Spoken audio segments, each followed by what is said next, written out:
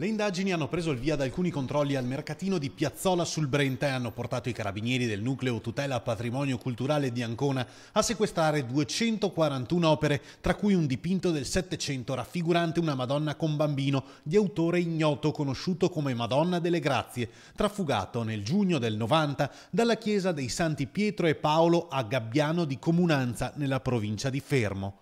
Durante i controlli nel mercatino padovano erano stati notati tra la merce esposta e messa in vendita degli oggetti provenienti da delle chiese.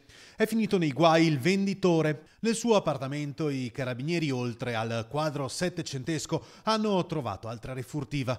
Ulteriori accertamenti e verifiche sono tuttora in corso in Veneto, Toscana, Emilia-Romagna, Umbria, Abruzzo e Puglia per stabilire quali edifici sacri siano stati depredati dei 240 oggetti sequestrati dai militari.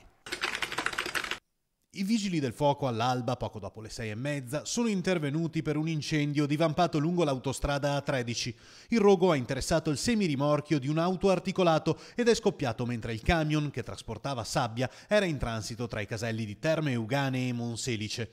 L'autista, accortosi del principio di incendio, è riuscito ad accostare e a staccare la motrice. Nel frattempo sul posto sono giunti una pattuglia della polizia stradale e gli ausiliari del traffico che, con degli istintori, sono riusciti ad abbassare le fiamme. Poi l'intervento dei vigili del fuoco a normalizzare la situazione.